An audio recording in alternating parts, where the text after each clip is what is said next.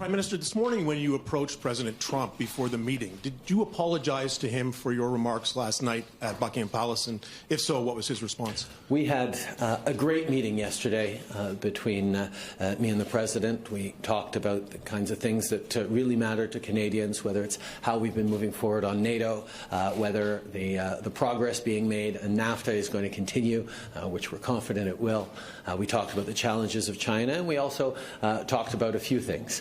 Last night I made a reference to the fact that there was an unscheduled press conference before my meeting with President Trump, and I was happy to take part of it, but it was certainly notable. And I've had a number of good conversations with the President over the course of this day and yesterday. When you told President Macron and Prime Minister Johnson that you saw Trump's team of advisors' jaws drop yesterday, what were you referring to? What was it that caused that surprise among them?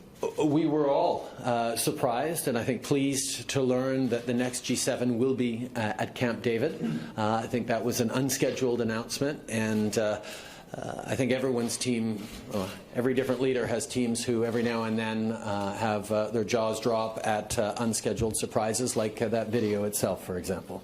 What value did you see for Canada in talking about President Trump behind his back that way?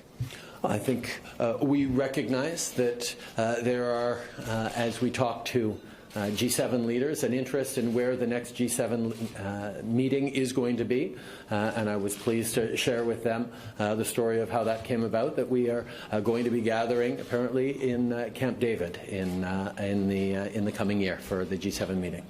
And how do you respond to those who say you may have jeopardized USMCA, other bilateral relations with the U.S. with your comments, and will you be more careful in the future? The relationship we have with the United States is an extraordinarily important and effective one. We have renegotiated NAFTA to be a better deal for Canadians, for Americans, and for Mexicans. We're moving forward on military collaborations. We're working together on the world stage on a broad range of things, and the relationship between Canada and the United States is extremely strong, and I have a very good relationship with President Trump and his team. Hey, NBC News viewers, thanks for checking out our YouTube channel. Subscribe by clicking on that button down here, and click on any of the videos over here to watch the latest interviews, show highlights, and digital exclusives. Thanks for watching.